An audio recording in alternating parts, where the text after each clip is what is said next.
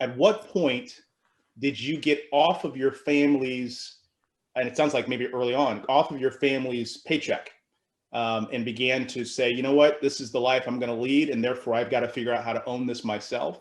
Again, I've talked to some parents who've encouraged their children to pursue, to spread their wings, but they're still on the parents' teat, so to speak, right? Yeah. So at what point did that happen with you, and what would you encourage parents to talk with their kids about?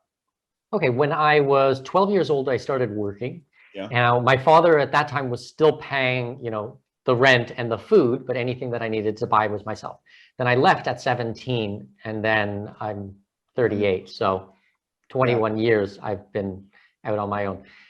Interesting side fact is actually my mother now lives with me, and I take care of my mother. And my mother helps raise my daughter. I have a 5-year-old daughter. So it's kind of funny how things go full circle,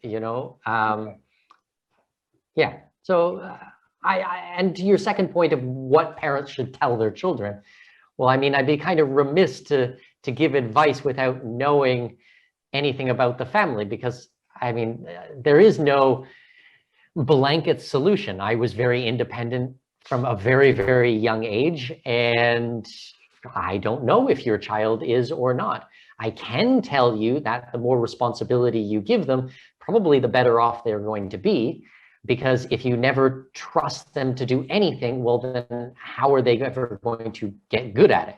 Like, they need to make mistakes. They need to be able to, mess up and screw up. I mean, I certainly did. Like, I would love to sit here and tell you that, from 12 years old, when I dropped out, I had everything figured out. What a lie that would be, I had no idea what I was doing, but I knew I was in a bad situation. I knew it didn't work for me.